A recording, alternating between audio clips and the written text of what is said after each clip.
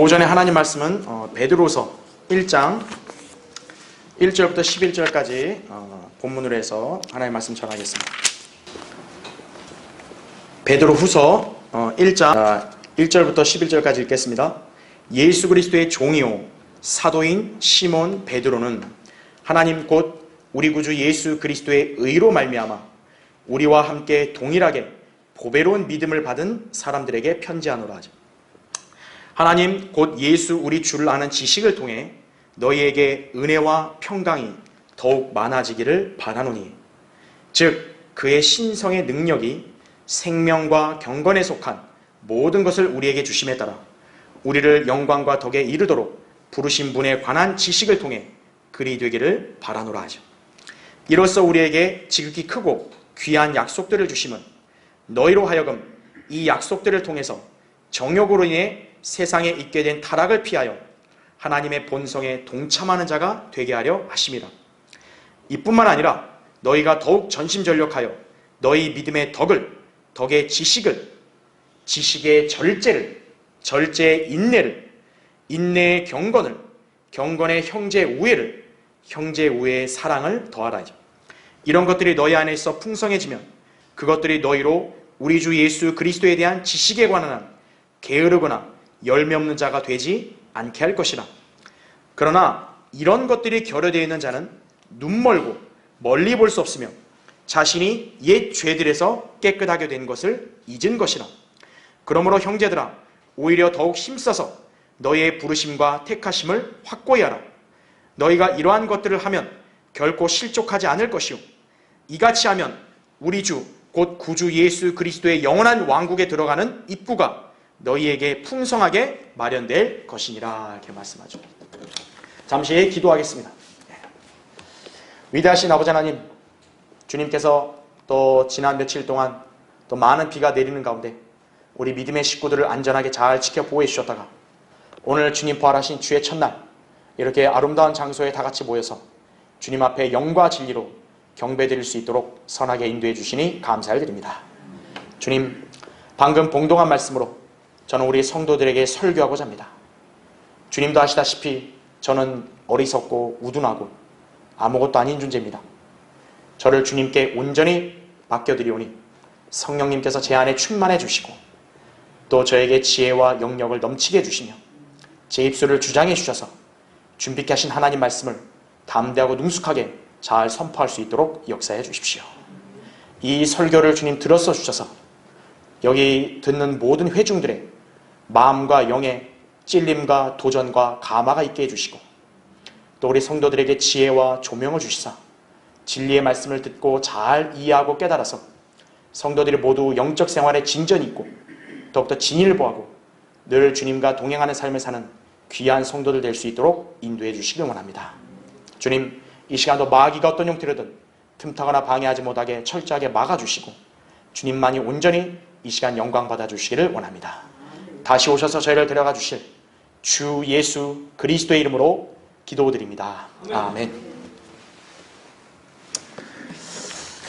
영적으로 퇴보하지 않으려면 이런 제목으로 말씀을 전하겠습니다. 모두가 구원받았으면 영적 생명이 있죠. 생명은 삶을 영위해야죠. 근데 생명이 퇴보하면 안 되죠. 오늘 여러분 이 설교를 잘 듣고 마음에 잘 새기시기 바랍니다. 생명에는 반드시 성장 체계가 있기 마련입니다.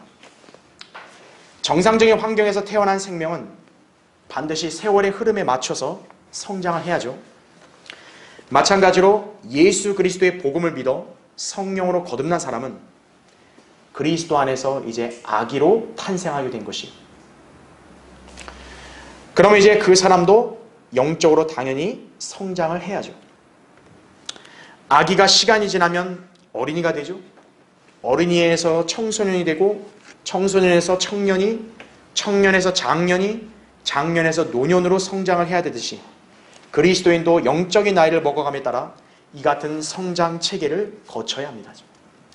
요한일서 2장 1절 12절부터 14절에 바로 성장 체계 단계를 말씀하죠. 자, 그럴 때 그 사람이 성숙한 그리스도인이 되어 주님을 위해 일할 수 있게 되는 것입니다. 자, 그런데 구원받았다고 하는 많은 사람들이 막상 정상적인 성장을 하지 못하는 현상을 우리 주변에서 꽤 목도하고 있습니다. 물론 우리 주변의 대다수 교인들은 영적인 삶의 체계에 무지한 것은 물론이고 구원받지도 못한 채 이 기독교라는 종교 생활의 틀에 지금 갇혀 있습니다. 예. 그들은 교회 출석, 헌금, 봉사 등을 자랑할 뿐 결코 바른 성경이나 교리에 대해서는 무관심해요. 자, 그런 사람들이 하물며 영적 성장에 대한 지식이나 체계를 알 리가 있겠습니까? 예. 그들은 모두 구원이 곧 영적 생활의 절정인 줄로 오해하고 있는 것이에요. 그러니까 구원이 그 사람의 모든 인생에 그냥 다 목적이 돼버린 거죠. 교회를 왜 다니냐? 구원받기 위해 다닌다는 거죠. 예. 그러니까 이 개념이 없는 거예요. 예. 왜 이렇게 교회 뭐 다른 모임이나 이런 거에 충실히 나옵니까? 아, 구원받으려고. 그게 대다수의 사람들이 그렇게 인지하고 있다 이거죠. 그걸 열심히 하면 마침내 자신이 구원에 이른 것으로 그렇게 오해한다 이거죠. 이것이 바로 그들이 교회의 종노릇을 하는 이유예요. 그래서 우리는 그들이 거듭나지 않았다고 과감하게 말하는 것이에요. 구원은 영적 삶의 끝이 아니라 시작에 불과합니다. 그렇죠? 갓난 아기가 태어나면 여러분 끝인가요?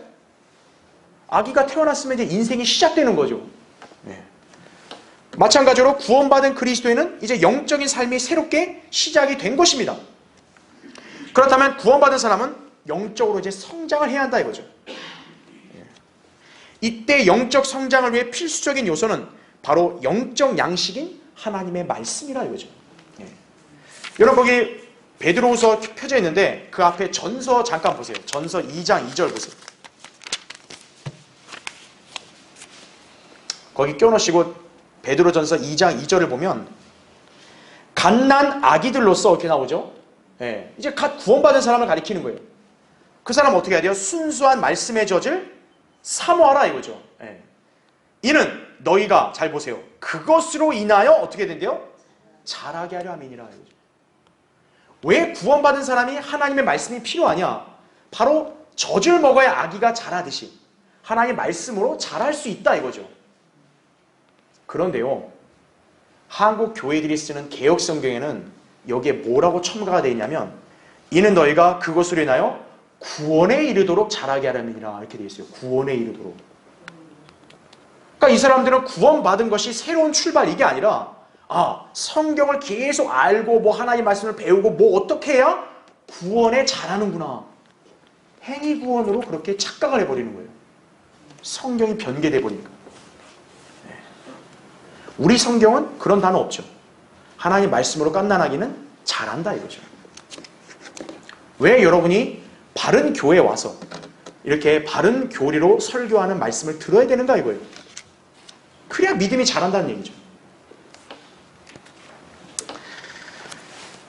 틀린 성경을 지닌 자들은 결코 구원에 대한 지식은 물론이고 영적인 삶에 대해서도 무지할 수밖에 없는 것이다 이거죠. 바른 성경인 한글 킹제임 성경을 믿고 그 말씀을 기조로 생활하는 그리스도인만이 구원에 관한 지식을 명확하게 아는 거죠. 그리고 영적으로 성장하여 성숙한 자녀가 될 수 있는 것입니다. 자, 그렇다면 바른 성경과 또 바른 교회로 믿음 생활하는 사람들, 그럼 모두가 다 영적으로 다 성장하고 있냐? 안타깝지만 현실은 그렇지 못해요.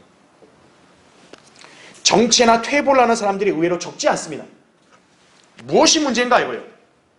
바른 성경도 있고 또 올바른 교리로 설교하고 또 가르치는데 그래서 다른 사람들은 그것을 듣고 배우면서 성장하는데 왜 자신은 오히려 성장이 둔화되거나 혹은 실족하냐 이거예요.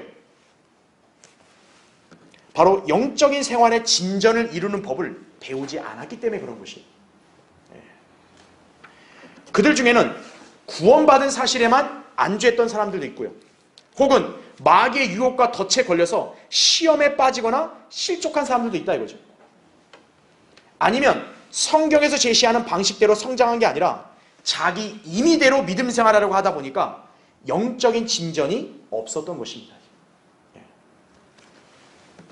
이것이 바로 동일한 환경에서 생활했음에도 불구하고 영적 삶의 상태가 천차만별로 나타나는 이유다라는 얘기죠. 따라서 우리는 성경을 통해서 영적 생활의 진전을 이룰 수 있는 비결을 잘 배워서 그대로 실행을 해야 한다 이거죠. 그러니까 성경에서 이렇게 가르쳐준 방식을 우리가 잘 숙지하고 그대로 해야 된다 이거죠. 자, 오늘 본문 바로 우리에게 그리스도인으로서의 영적 생활의 진전을 이루는 법을 가르쳐주고 있습니다. 구원받은 그리스도인이 더욱 성숙한 자녀로 장성하여 생활을 하려면 반드시 체계적으로 쌓아야 할 덕목들이 있다 이거죠. 여기서 단 한 가지라도 결여되면 결코 정상적인 성장이나 진전을 이룰 수가 없게 되는 것이. 그런 사람은요, 마치 밑 빠진 독에 물 붓기와 똑같은 거예요. 이렇게 정성스레 준비한 말씀을 아무리 잘 전해주고 먹여줄라 해도 그 사람의 생활에는 뭔가 이거에 영향이 없는 거예요. 밑 빠진 독에 물 붓기와 똑같은 거죠. 구멍난 양동이에 물을 채워 넣으려는 거, 그거 똑같은 거죠. 결국 그런 사람은 영적인 침체에서 벗어나지 못하다가 그만 퇴보하고 마는 것이, 이것이 바로 실족하는 단계라는 거 아시죠? 자, 우리는 지금 가장 최상의 환경에서 영적인 생활을 누리고 있습니다. 그렇죠? 여러분은 바른 성경을 치고 있죠? 바른 교회에서 올바른 예배를 드리고 있죠? 바른 교리와 지식을 듣고 공부하면서 배우고 있죠? 참된 종을 통해서 말씀을 공급받고 있죠? 주님을 올바로 섬기고 있죠? 이것만큼 가장 좋은 환경이 어디 있겠어요? 이럴 때 우리는 더욱 힘써서 영적으로 성장하며 생활의 진전이 있어야 합니다. 그러면 우리는 열매를 맺어서 주님을 기쁘시게 하고 주님 앞에 갔을 때 칭찬과 상을 받게 되는 것이죠. 왜 여러분이 교회에 나오는 거죠? 왜 여러분이 이렇게 성경 말씀을 자꾸 들으려고 이대로 자꾸 살려고 하는 이유가 뭐예요? 이미 구원 받았잖아요. 그게 끝이 아니라는 거죠. 우리가 주님 앞에 진정 섰을 때 내 인생에 대해서 평가받을 때 나는 주님께 칭찬과 상을 받아야 된다 이거죠. 그걸 왜 이 땅을 사는 거예요? 그러려면 어떻게 해야 돼요? 내가 영적 생활에 진전이 있어야 주님께 인정을 받죠. 그렇지 않으면 누구든지 실족할 수 있는 것이, 그 사실을 늘 유의하면서 여러분의 영적인 생명과 삶이 더욱더 진전해 되기를 바랍니다. 자, 그리스도인이라면 생활에 진전이 있어야 한다. 이게 설교의 주제예요. 자, 첫 번째, 주 예수 그리스도를 아는 지식을 통해 믿음이 자라야 하는 것이. 여러분 다시 베드로서 1장 거기 1절부터 4절을 보면요, 예수 그리스도의 종이요 사도인 시몬 베드로는 하나님 곧 우리 구주 예수 그리스도의 의로 말미암아 우리와 함께 동일하게 보배로운 믿음을 받은 사람들에게 편지하노라. 하나님 곧 예수 우리 주를 아는 지식을 통해 너희에게 은혜와 평강이 더욱 많아지기를 바라노니, 즉 그의 신성의 능력이 생명과 경건에 속한 모든 것을 우리에게 주심에 따라 우리를 영광과 덕에 이르도록 부르신 분에 관한 지식을 통해 그리 되기를 바라노라. 이로써 우리에게 지극히 크고 귀한 약속들을 주심은 너희로 하여금 이 약속들을 통해서 정욕으로 인해 세상에 있게 된 타락을 피하여 하나님의 본성에 동참하는 자가 되게 하려 하심이라. 이렇게 말씀하는 거죠. 자, 본문을 기록한 사도 베드로, 세월의 흐름에 따라서 영적으로 성숙해졌음을 알 수 있습니다. 자, 베드로가 베드로 전후서를 썼잖아요. 베드로 전서에는 자기를 먼저 어떻게 소개했냐, 사도 베드로 이렇게 자랑스럽게 먼저 자신을 소개합니다. 근데 몇 년이 지나고 나서 지금 우리 베드로 후서 있죠. 베드로가 이제 후서를 쓸 때는 자신을 소개하는 명칭을 좀 바꿔요. 먼저 뭐라고 얘기하냐, 예수 그리스도의 종이라고 먼저 얘기합니다. 여러분, 종보다는 사도가 좀 직책이 좀 영예롭게 보이잖아요. 그렇죠? 자, 베드로는 첫 번째 서신을 쓸 때는 자기를 사도, 그 영예로운 직분을 먼저 자랑했다면, 그가 나이가 들고 나서는 좀 더 성숙해지니까 은혜 아래서 두 번째 서신을 쓸 때는 자기는 예수 그리스도의 종이다, 그걸 먼저 강조하고 있는 거죠. 그리고 시몬이라는 자기 옛날의 이름을 또 첨가하죠. 자기는 인간적으로 볼 때 그 정도밖에 안 되는 인간이다, 이거를 여기서 제시하고 있는 것입니다. 그러니까 베드로는 지금 세월의 흐름에 따라서 영적으로 성숙해진 거예요. 자, 그런데 베드로는 이 두 번째 서신을 쓰면서요, 유독 지식이란 단어를 여러 번 쓰고 있습니다. 그렇죠? 여기서 지식이라 하면 당연히 하나님, 곧 우리 주를 아는 것을 말한다 이거죠. 하나님과 주 예수 그리스도를 아는 지식은 그분에 대한 우리 믿음의 시작, 믿음이 성장하는 밭이며 믿음을 발육시키는 자양분이다라는 거죠. 그러니까 우리가 흔히 누군가를 믿고 신뢰하려면 여러분 그 상대방이 누구인지에 대한 지식이 있어야 가능한 법이죠.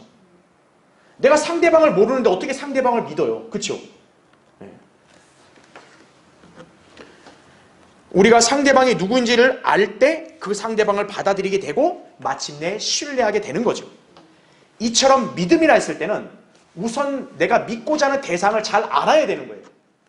그리고 그 대상이 하는 말을 수긍해야 돼요. 그렇죠? 그리고 온전히 신뢰하는 것으로 형성될 수 있다는 얘기죠. 그런 면에서 우리가 하나님을 온전히 신뢰하기 위해서는 먼저 하나님에 관한 지식을 아는 것이 우선적이다는 얘기죠. 그러니까 여러분은 왜 내가 믿음이 이렇게 작을까? 연약할까? 이런 걸 탓하기에 앞서서 내가 하나님 아는 지식이 좀 부족하구나.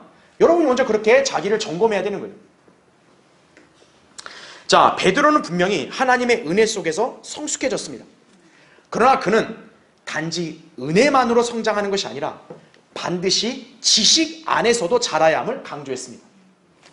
그래서 베드로후서 3장 18절, 베드로가 서신 마지막 끝에는 뭐라고 이렇게 썼냐면은 오직 은혜와 우리 주 곧 구주 예수 그리스도를 아는 지식 안에서 자라가라. 베드로후서 3장 18절에 이렇게 우리에게 권면하고 있는 것이에요. 자, 이 권면은 필히 구원받은 사람들에게만 해당이 됩니다. 왜냐하면 베드로는 이 서신의 대상을 아까 우리 1장 1절에 읽었던 대로 동일하게 보배로운 믿음을 받은 사람들에게 편지한다고 그랬죠.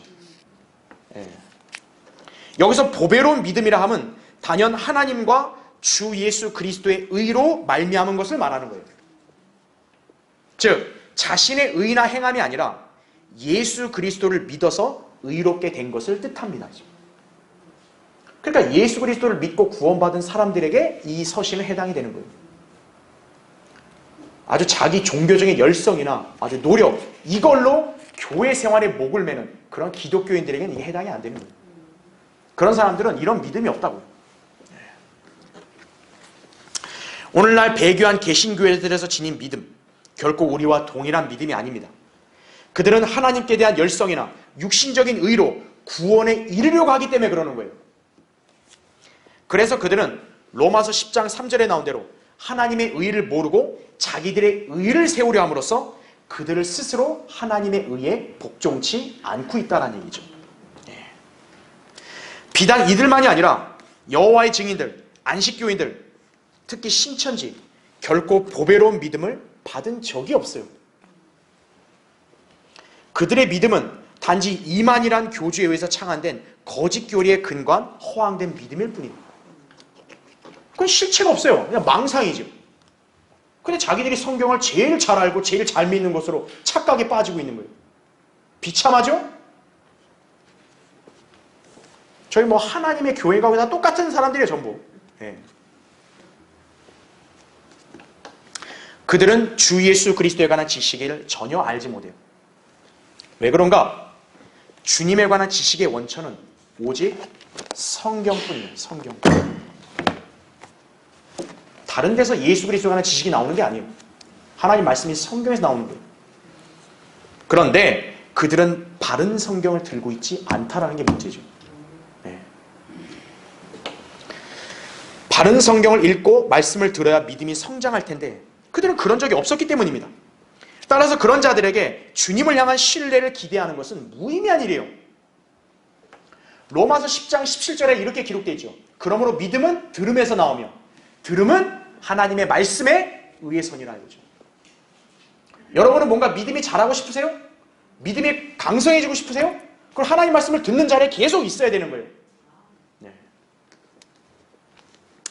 여러분이 성경을 부지런히 읽어야만 주 예수 그리스도를 더욱 알아갈 수 있고 그래야 그분을 온전히 신뢰할 수 있습니다. 그래서 그분에 관한 말씀들을 사실 그대로 받아들이게 되는 거죠. 그리고 여러분은 주님께 모든 것을 온전히 맡겨드릴 수 있는 것입니다. 왜냐하면 이제 신뢰가 되니까. 이것이 바로 믿음이 지식이란 자양분을 흡수하며 계속 성장하게 되는 과정입니다. 그럴 때 우리는 더 많은 은혜를 경험하게 되는 것이에요. 그러면서 영적으로 생동감 있는 삶을 살게 되는 것입니다. 여러분이 우리 교회로 인도함을 받으면서 이런 경험을 계속하고 있는 이유는 바로 여기에 있는 것이에요. 여러분은 매주마다 올 때 하나님 말씀이 늘 새롭다는 걸 항상 이렇게 실감하게 되죠. 네. 영적 생명이 그만큼 생동감 있게 지금 살아 움직이고 있다는 거예요. 네.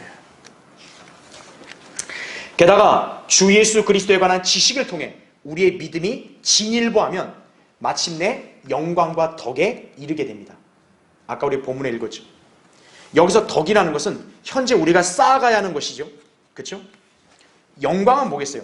미래에 우리가 하나님께로부터 받을 것이죠. 그리스도는 현재 이 땅에서 영광을 누리는 사람들이 아니잖아요. 그렇죠? 주님의 부르심은 현재만이 아니라 미래를 지향하려는 목적을 지니고 있습니다. 따라서 우리는 현재의 영적인 삶만이 아니라 다가올 영광을 소망하며 주님을 따르는 것이에요. 이것을 가능하게 하는 것은 바로 주 예수 그리스도에 관한 지식인 것이다라는 얘기죠.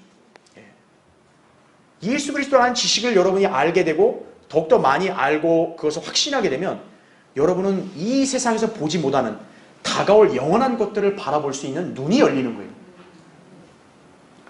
벌써 가치관이 달라진다는 얘기죠. 근데 오늘날 교회 다니는 대다수 사람들은 어때요? 그들의 가치관은 세상에 살고 있는 사람들과 별반 다르지 않아요. 다만 그들은 자기들의 삶의 안녕과 복을 위해서 교회에 다니는 것 뿐이죠. 그러니까 종교인과 다를 바 없는 거예요. 여러분은 종교인이 아니라 하나님의 자녀인 그리스도인으로 살아야 한다는 얘기죠. 자, 여러분은 얼마나 주 예수 그리스도에 관한 지식, 곧 하나님의 말씀을 알고자 열망하셨습니까? 사도 바울처럼 예수 그리스도를 아는 지식을 갈망하는 사람이 더욱 믿음과 소망으로 확신에 찬 삶을 살게 되는 것이, 이것이 바로 우리의 지향점이 되어야 한다는 얘기죠. 여러분 잠깐 껴놓으시고 빌립보서 한번 찾아보세요. 빌립보서 3장. 자, 빌립보서 3장 거기 8절부터 14절 읽을 때 여러분 잘 보십시오.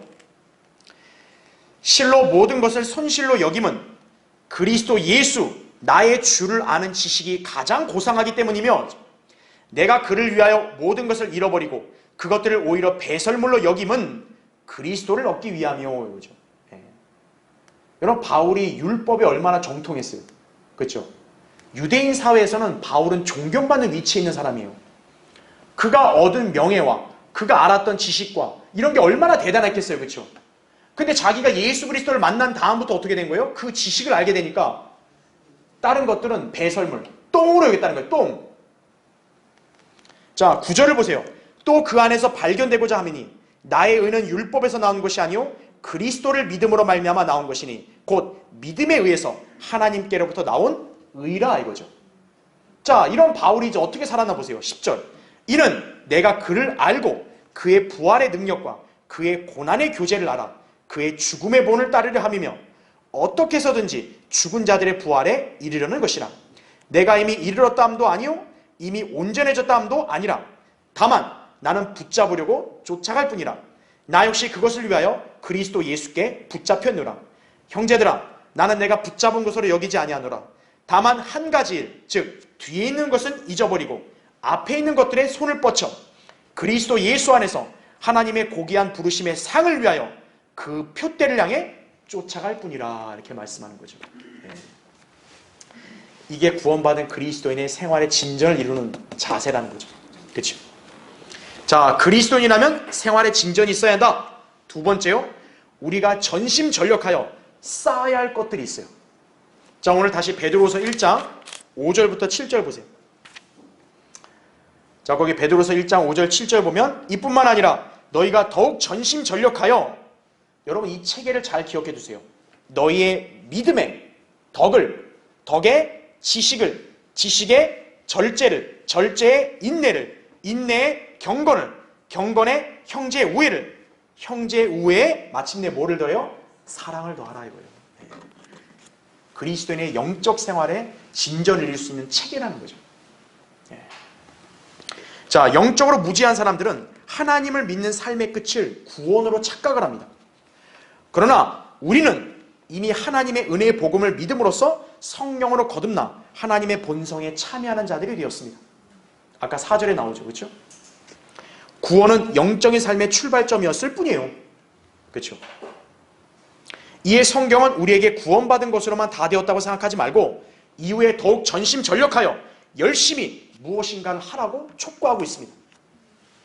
이때 우리가 체계적으로 영적 성장을 할 때 필요한 덕목들, 본문에 있는 거죠. 그렇죠? 먼저 믿음이 있어야죠. 자, 믿음은 구원받은 우리 그리스도인들이 모두 가지고 있는 보배로운 믿음이죠. 구원받은 사람이면 누구나 주 예수 그리스도를 자신의 구주로 신뢰한 믿음이 있기 마련이다라는 얘기죠. 이걸 밑바탕으로 해서 이제 쌓는 것이에요. 우린 모두 믿음으로 말미암아 태어난 사람으로서 우리의 삶의 기본 바탕은 믿음이 되어야 한다 이거죠. 믿음이 없이는 하나님을 기쁘시게 할 수 없다고 히브리서 11장 6절에 나오죠. 그리스도인 성장의 첫 덕목이다. 자, 그 다음으로는 믿음에 뭐를 쌓으라고 나옵니까? 덕을 쌓으러 나오죠. 자, 덕이란 도덕적, 윤리적으로 수준 높은 기준을 말합니다. 그리스도인이 믿음이 있다고 하면서 막상 덕이 없다면요, 인격이 결여되는 것이에요. 그런 사람은 결코 다른 사람에게 좋은 영향을 끼칠 수가 없습니다. 그런 다음에 그리스도인은 이제 마침내 뭘 쌓아야 돼요? 지식을 쌓아야 되는 거예요. 그러니까 그리스도인이 그냥 지식에만 목매다는 게 먼저가 아니고 덕을 갖추라 이거예요. 덕을 기반으로 해서 그리스도인은 지식을 쌓아야 되는 거예요. 자, 덕을 배제하면 어떻게 되죠? 지식만 쌓으려고 하면 교만해지는 거예요. 고린도전서 8장 1절에 지식은 교만하게 한다 그랬어요. 이것이 바로 성경대로 믿는 교회에 있다가 교만으로 인해서 떨어져 나간 자들의 특성입니다. 그들은 오로지 지식으로 다른 사람들을 판단하고 마치 자기 자신이 최고인 것처럼 거만해져 버렸던 것입니다. 그래서 그들이 많은 연약한 사람들을 쓰러뜨리고 자기를 따르게 함으로써 교회를 약화시켰던 것입니다. 그러니까 여러분이 이해 안 되는 경우가 있을 거예요. 아, 저 사람 진짜 교회 생활 신실했고 진짜 정말 성경에 대해서 통달한 것처럼 아주 빠삭했고 와, 이렇게 하나님 말씀도 잘 전하는 것 같던데 이거죠. 왜 교만해졌는가 이거죠. 덕을 배제해버렸기 때문인 거죠. 그러니까 그리스도인은 덕을 쌓아야 돼요. 따라서 믿음의 덕을, 덕의 지식, 이게 순서라 이거죠. 그런 사람이 하나님의 말씀을 들음으로써 날마다 믿음이 더욱 자라는 것이다 이거죠. 그런데 아무리 지식이 쌓이더라도 지식으로 끝나면 안 되죠. 그 위에는 뭐가 필요합니까? 절제가 필요합니다. 하나님의 말씀에 있는 것들을 지식에만 딱 이렇게 우리가 믿고 받아들여야지 필요 이상으로 자기 상상으로 고안한 지식을 받아들이는 사람들이 있어요. 그런 사람들이 바로 이단에 빠지는 거예요. 그런 사람들이 바로 극단주의로 흘러 들어가는 거예요. 성경에 기록되는 하나님 말씀 그대로만 우리에겐 필요한 것이지 그 외에 인간이 생각하고 또 인간이 이렇게 개발한 그런 이론 이런 거 필요 없다 이거예요.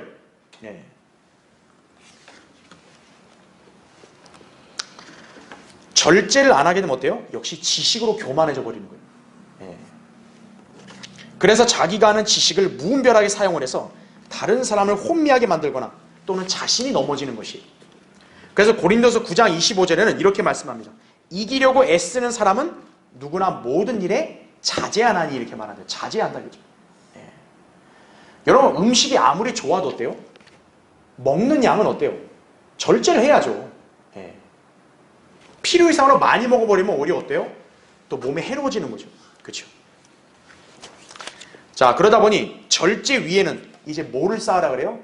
인내가 필요하다고 말하죠. 인내가 없으면 절제하지 못하죠. 교만해지거나 자고하여 쓰러지는 것입니다. 그래서 성경은 우리에게 인내로 믿음의 경주를 하라고 권면하는 것입니다. 히브리서 12장 1절에 그렇게 말씀하는 거죠. 그래서 하나님께서는 때론 어떤 성도에게 인내를 더 이렇게 강화시키려고 고난도 허락하시기도 하는 거예요. 자, 이제 그렇게 하면 마침내 인내 위에 뭐를 쌓게 됩니까? 경건을 쌓게 되는 거죠. 경건, godliness, 하나님과 같음이란 뜻입니다. 주 예수 그리스도와 일치해가는 것이죠. 우리가 경건한 삶을 산다고 했을 때 주님과 일치하는 삶을 산다는 것을 말한다는 얘기죠. 오늘날 대다수 교회들은 그냥 자기들이 뭐 교회 좀 열심히 다니면 경건한 체 하잖아요. 그 경건 아니에요. 예수 그리스도와 일치하는 그런 삶의 행보를 보이는 게 경건이에요. 근데 그런 삶이 하루아침에 완성되는 게 아니죠. 그래서 경건에는 뭐가 필요하냐? 훈련이 필요하다고 성경이 말씀하고 있는 것이에요. 디모데전서 4장 7절 8절에 이렇게 말씀합니다. 불경스럽고 늙은 부녀자들의 꾸며낸 이야기들을 버리고 오히려 경건에 이르도록 내 자신을 훈련하라 이거죠. 몸의 훈련은 유익이 적지만 경건은 모든 일에 유익하여 현재와 미래 생명의 약속을 소유하게 하느니라 이렇게 말씀하는 거죠. 자, 이때 그 훈련, 좋은 교리의 말씀들로 양육을 받아야 이루어지는 것이 디모데전서 4장 6절에 그냥 무슨 어디 군대나 어떤 다른 뭐 극기 훈련 이런 걸로 되는 게 아니에요. 경건은 선한 교리의 말씀으로 양육을 받아야 훈련이 되는 것이. 그러므로 우리에게 있어 하나님의 말씀은 실로 중요한 것입니다. 하나님 말씀을 무시하는 사람들의 특징이 뭔지 아세요? 경건의 모양만 있는 거예요. 경건의 모양. 디모데후서 3장 5절에 나온 대로 능력이 없고 모양만, 외양만 경건한 채 보이는 거예요. 자, 경건을 쌓은 그리스도인은 마침내 형제 우애를 실천할 수 있는 거예요. 그러면 어떤 거예요? 사랑을 마침내 더할 수 있다는 거죠. 그게 진실된 사랑이라는 얘기죠. 결국 사랑이 그리스도인의 궁극적인 덕으로 손꼽히고 있는 것이다 이거죠. 아까 우리 믿음부터 지금 계속 출발했잖아요. 덕, 지식, 절제, 인내, 경건, 형제 우애, 맨 위에 사랑이라는 거죠. 근데 오늘날 대다수의 교회들은 어떤 거예요? 이 중간 거 싹 빼고 믿음, 사랑 요것만 다 얘기하는 거죠. 그러니까 체계가 아예 형성될 수가 없는 거예요. 자, 바울은 이렇게 얘기하죠. 이 모든 것 위에 사랑을 더하라. 이것이 온전함의 띠니라. 골로새서 3장 14절에 그렇게 말한 것입니다.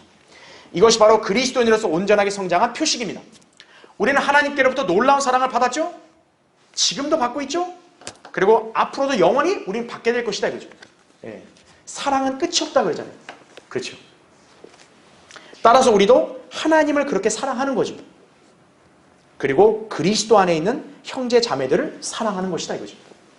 이것이 바로 신약 성도들에게 주신 계명이다 이거죠. 마태복음 22장 37절 38절에 하나님을 첫째로 사랑하라.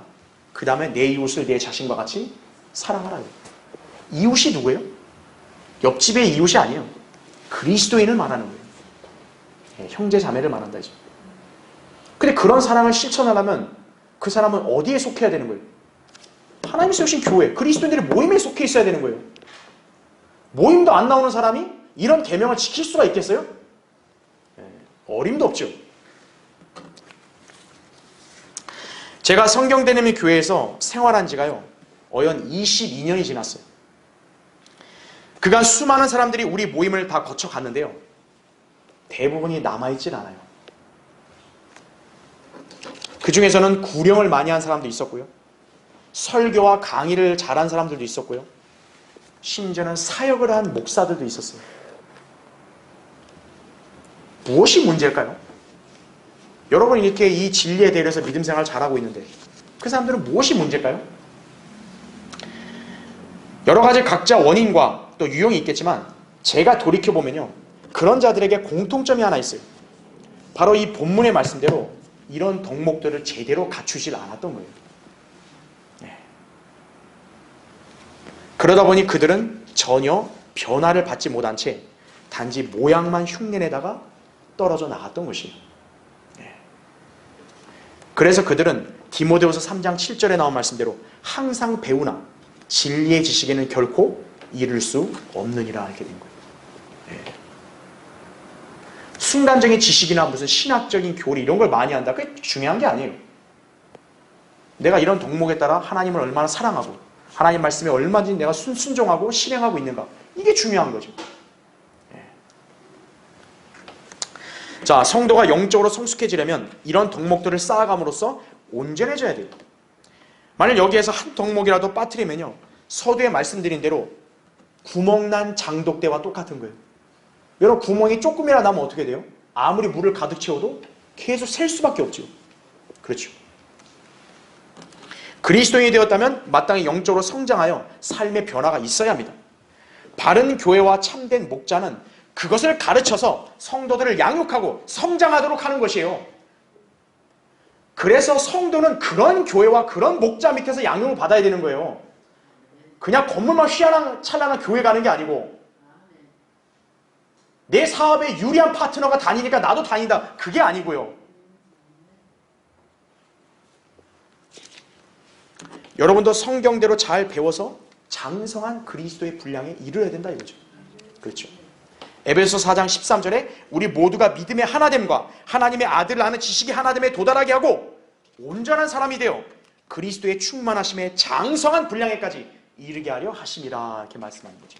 그렇죠. 자, 그리스도인이라면 생활에 진전이 있어야 한다. 마지막 세 번째요, 이런 것들을 풍성하게 갖추어야 실족하지 않게 되는 것이. 여러분, 다시 베드로서 1장 8절부터 11절 보면요, 이런 것들이 너희 안에서 풍성해지면 그것들이 너희로 우리 주 예수 그리스도에 대한 지식에 관한 한 게으르거나 열매 없는 자가 되지 않게 할 것이라. 그러나 이런 것들이 결여되어 있는 자는 눈 멀고 멀리 볼 수 없으며 자신이 옛 죄들에서 깨끗하게 된 것을 잊은 것이라. 그러므로 형제들아, 오히려 더욱 힘써서 너희의 부르심과 택하심을 확고히 하라. 너희가 이러한 것들을 하면 결코 실족하지 않을 것이요, 이같이 하면 우리 주 곧 구주 예수 그리스도의 영원한 왕국에 들어가는 입구가 너희에게 풍성하게 마련될 것이니라, 이렇게 말씀하는 거죠. 그리스도인으로서 성장에 필요한 체계를 갖추었다면요, 이왕 그것에 안주하지 말고 더욱 자신 안에서 풍성해져야 된다는 얘기죠.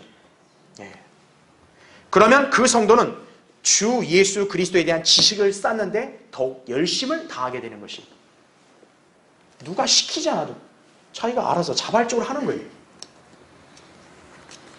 왜 그리스도인들이 성경을 부지런히 공부하지 못하는가 이거죠. 열성적으로 배우려고 하지 않는 이유가 뭔가요? 이런 것들을 제대로 갖추지 않았기 때문에 그러는 거예요.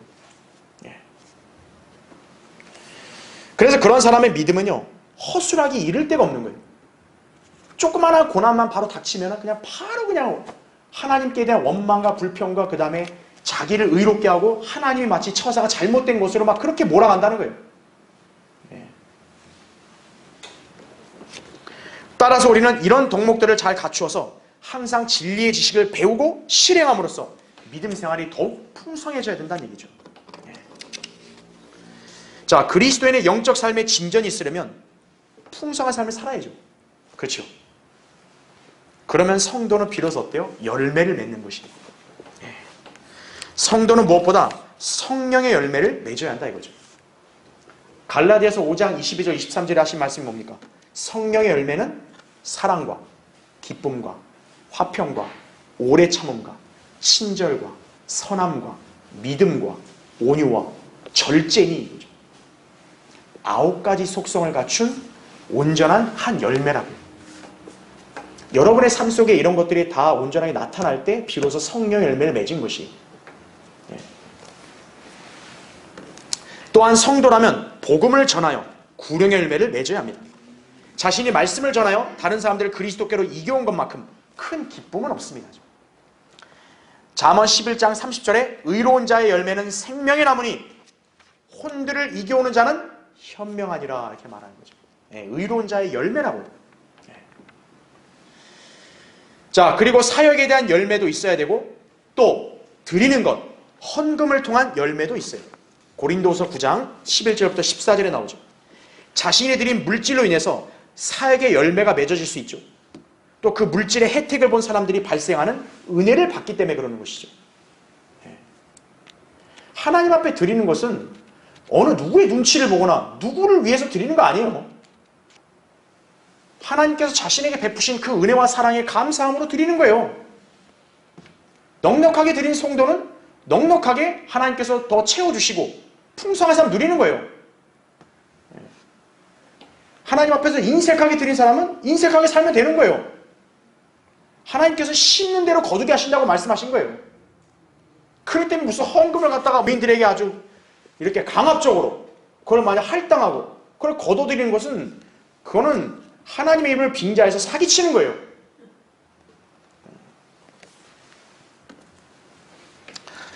게다가 우리는 찬양의 열매를 드릴 수 있다 이거죠. 그렇죠? 히브리서 13장 15절에 그러므로 우리가 그분을 통해서 찬양의 제물을 하나님께 계속해서 드리자. 이것이 그의 이름에 감사하는 우리 입술의 열매니라 이렇게 말씀하는 거죠. 성숙한 그리스도인만이 그 입에서 찬양이 절로 나오게 되는 법입니다. 육신적인 그리스도인은 뭡니까? 세상 유행가가 나오는 거죠. 세상 유행어가 나오는 거죠. 자기의 입에서 무슨 말이 나오는가를 잘 유념해 봐야 돼요. 감사가 넘치는 삶을 사는 성도는 누가 뭐라 안 해도 하나님을 찬양하는 찬송이 절로 나오는 거예요.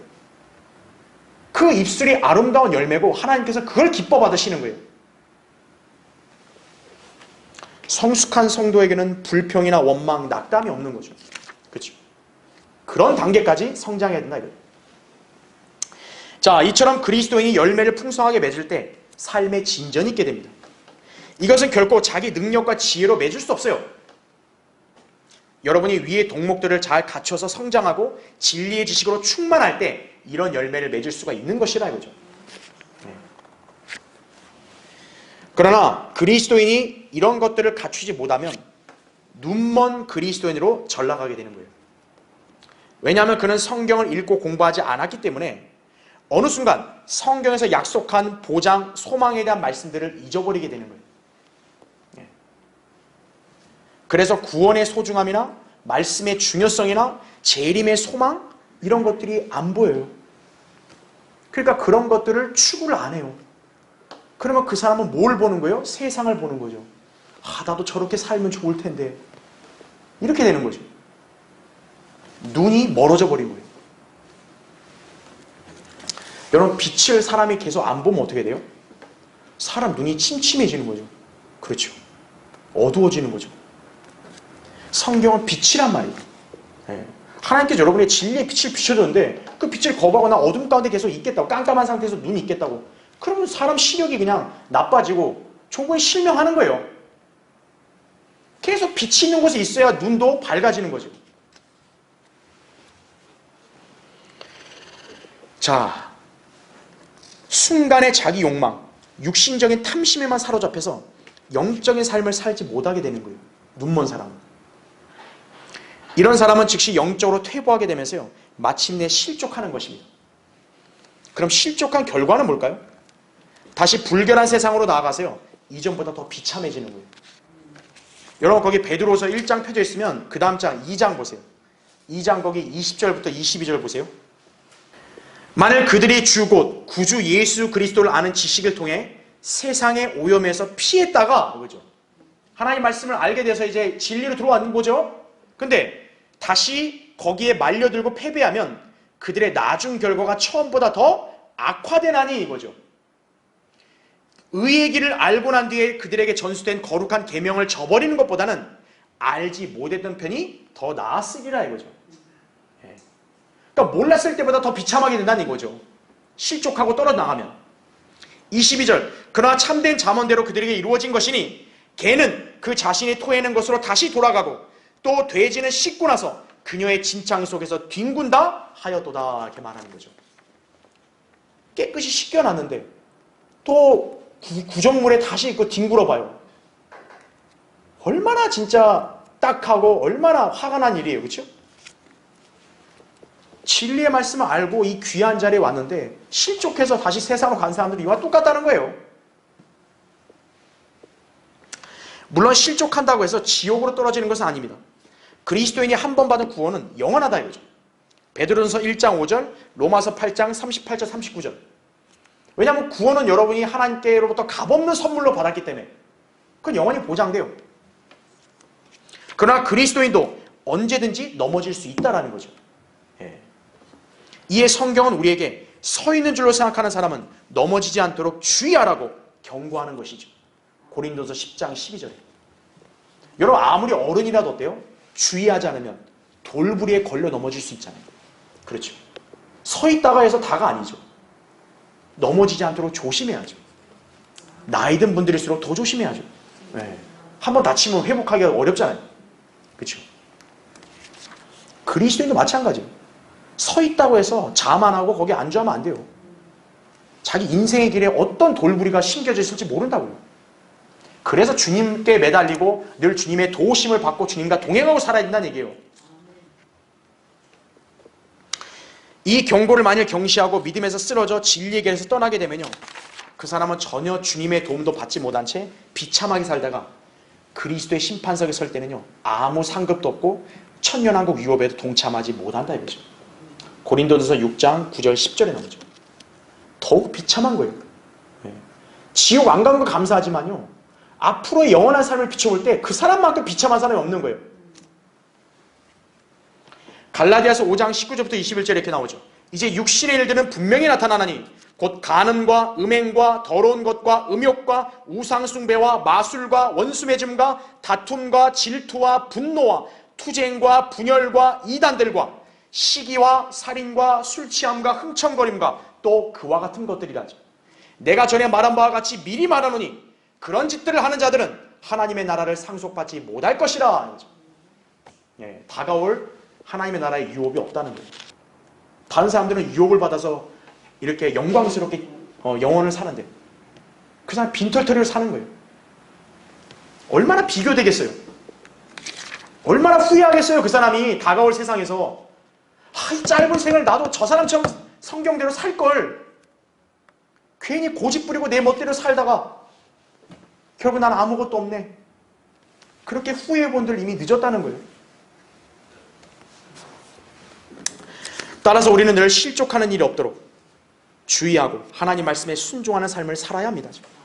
성경에서 말씀한 대로 그리스도인으로서 갖추어야 할 덕목들을 잘 갖추고 진리의 지식을 더욱 알도록 공부함으로써 성장해야 된다 이거죠. 네. 이것은 현재의 믿음만이 아니라 다가올 영광을 위해서도 힘써야 하는 것이에요. 여러분의 생애는 바로 그런 면에서 세상 사람과 다른 것임을 알아야 된다 이거죠. 자, 결론을 맺겠습니다. 고인물은 반드시 썩게 되어 있기 마련이에요.